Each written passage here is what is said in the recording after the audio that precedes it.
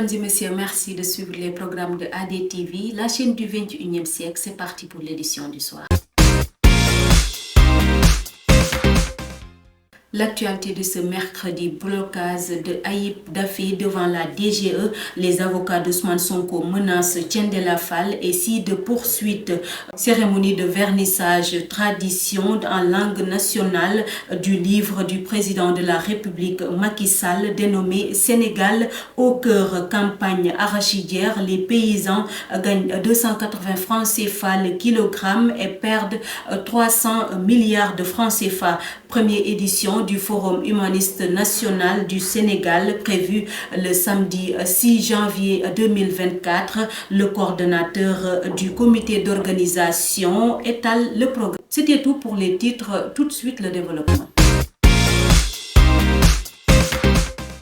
Bonsoir à toutes et à tous. Ce journal que nous allons démarrer par la cérémonie de vernissage tradition en langue nationale du livre du président de la République du Sénégal, Macky Sall, dénommé Le Sénégal au cœur, une activité qui a réuni bon nombre de personnalités à la Maison de la Culture d'Outasek. Écoutons Ibrahim Ndoye qui est l'initiateur du projet au micro de Babacar Sow. Nous sommes là. Il n'y a pas de... Ne mettez pas de gants pour vous exprimer, mais sinon, moi, je vous remercie. Je vous remercie parce que vous êtes venus en masse et nous pensons que, après la couverture de cet événement, qui est fondamental et très important, vous allez vulgariser. Vous allez vulgariser pour que, au finish, nous puissions déboucher sur une lutte énergique contre l'analphabétisme, parce que les statistiques ont montré que 54% de la population du pays baigne dans l'analphabétisme et l'obscurantisme. Les femmes qui constituent la clé de voûte du développement, ces guerrières-là, sont beaucoup plus nombreuses avec 51-52% de la population, mais analphabètes à 62%. Nous nous interrogeons sur le fait que est-ce que dans l'ignorance et l'obscurantisme, on peut favoriser un développement endogène durable. Et par le biais d'un développement endogène durable, nous entendons améliorer les conditions de vie des populations. Une fois encore, moi je vous remercie et je vous félicite. Et je pense que nous allons cheminer ensemble parce que vous verrez qu'il y a des perspectives après notre rencontre là. Madame Seynabou, tout en vous remerciant. Premier forum humaniste national du Sénégal prévu le samedi 6 janvier prochain à Pikine au siège de l'association Énergie pour les droits de l'homme Sénégal à son siège social Cœur Marietou à Pikine Est, une rencontre qui verra la participation de plusieurs associations humanistes, ainsi le coordonnateur du comité d'organisation, Ndiaga Diallo, s'en explique au micro de ADTV. Janvier, nous aurons des discussions, des échanges. Et aussi, il faut dire aussi que nous avons comme terre en tabac à notre Binu Bok, ensemble vers la nation humaine universelle. C'est-à-dire que des tentatives pour coordonner la grande diversité auquel le monde fait face, quoi. Voilà. Donc, par rapport à ça, nous avons des discussions qui vont se dérouler sous différentes tables ou thèmes. Par exemple, là, il y aura le thème de l'éducation, protection de l'enfance, et droits des femmes, et migration, sport et développement communautaire, démocratie réelle et formelle, art et culture, femmes et autonomisation économique, environnement, éducation à la non-violence dans les écoles et santé. Bon, si tu veux, on peut passer rapidement au chronogramme. Oui, mais avant le chronogramme, M. Ndiaga Diallo, j'aimerais savoir, vu que l'événement, il paraît que c'est un premier, ici c'est un premier, excusez-moi, au Sénégal. Est-ce qu'il y a d'autres pays qui sont présents à ce forum? Très bonne question. Donc, c'est le premier forum humaniste national, je précise bien.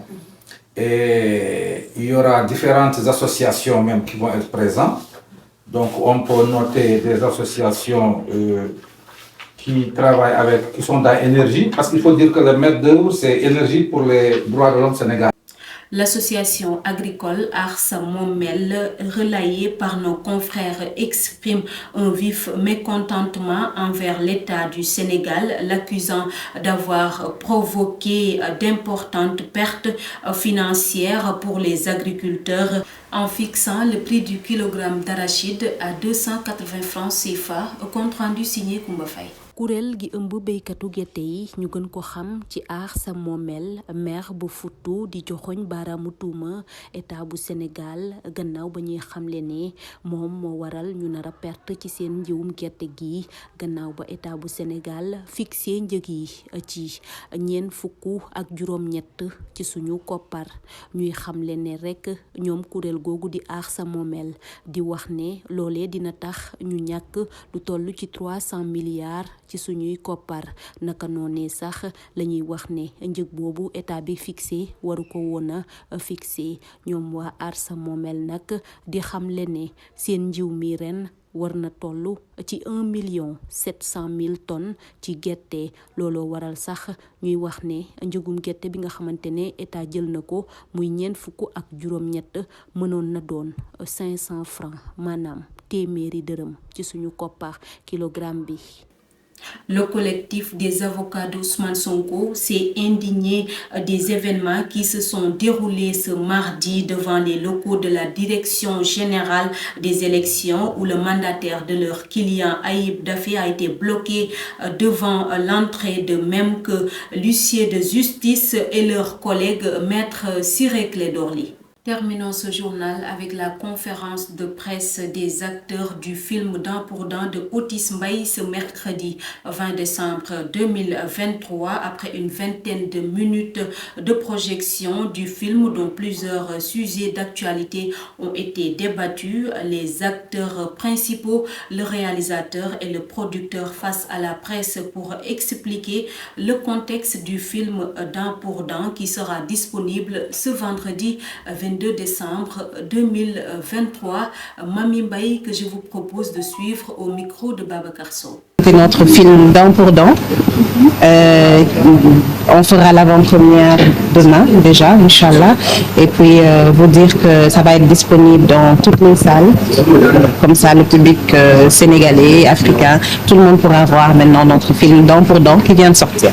D'accord, votre première expérience professionnelle en tant qu'artiste, est-ce que vous pouvez revenir?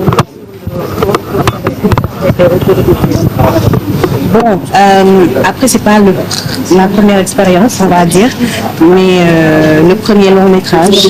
Donc une très belle expérience parce que, comme je disais, hein, j'ai adoré travailler avec eux parce que j'ai aimé l'organisation.